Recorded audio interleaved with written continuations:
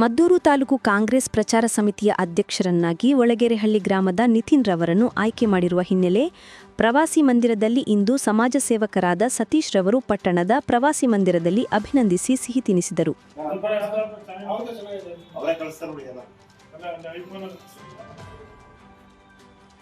ಈ ವೇಳೆ ಮಾತನಾಡಿದ ಸತೀಶ್, ನಿತಿನ್ ರವರನ್ನು ಪಕ್ಷ ಗುರುತಿಸಿ ಮದ್ದೂರು ತಾಲೂಕು ಪ್ರಚಾರ ಸಮಿತಿಯ ಅಧ್ಯಕ್ಷರನ್ನಾಗಿ ಮಾಡಿದ್ದು, ಸ್ಥಳೀಯ ಶಾಸಕರಾದ ಉದಯಗೌಡರವರು ಸೂಕ್ತ ವ್ಯಕ್ತಿಯನ್ನು ಪ್ರಚಾರ ಸಮಿತಿಯ ಅಧ್ಯಕ್ಷರನ್ನಾಗಿ ಮಾಡಿದ್ದು, ಪಕ್ಷಕ್ಕಾಗಿ ಪ್ರಾಮಾಣಿಕವಾಗಿ ದುಡಿಯುವಂತೆ ಸಲಹೆ ನೀಡಿದರು.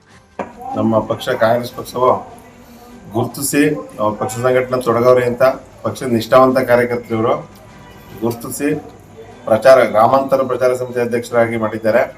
ಪಕ್ಷ ಸಂಘಟನೆಗೆ ಇನ್ನೂ ಹೆಚ್ಚು ಒತ್ತು ಕೊಡಲಿ ಅಂತ ನಾನು ಹಾರೈಸ್ತೀನಿ.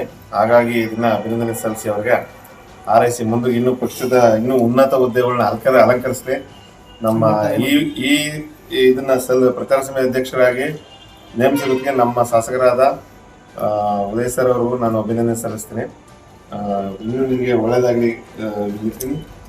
ಇನ್ನೂ ಹೆಚ್ಚು ಸಂಘಟನೆ ಮಾಡಿ ಪಕ್ಷನ ಅಧಿಕಾರಕ್ಕೆ ತರಕ್ಕೆ ಶ್ರಮಿಸಬೇಕು. ಇನ್ನು ನೀವು ಮುಂದೆ ಹುದ್ದೆಗಳು ಸಿಗ್ಲಿಕ್ಕೆ ಅಭಿನಂದನೆ ಸ್ವೀಕರಿಸಿ ಮಾತನಾಡಿದ ನೂತನ ಪ್ರಚಾರ ಸಮಿತಿ ಅಧ್ಯಕ್ಷ ನಿತಿನ್, ಶಾಸಕ ಕದ್ದಲೂರು ಉದಯರವರು ನನ್ನ ಮೇಲೆ ವಿಶ್ವಾಸವನ್ನು ಇಟ್ಟು ನೀಡಿರುವ ಜವಾಬ್ದಾರಿಯನ್ನು ಮುಂಬರುವ ಸ್ಥಳೀಯ ಚುನಾವಣೆಗಳಲ್ಲಿ ಪಕ್ಷ ಸಂಘಟಿಸಿ ಹೆಚ್ಚಿನ ಮಟ್ಟದಲ್ಲಿ ಶ್ರಮಿಸುವುದಾಗಿ ತಿಳಿಸಿದರು.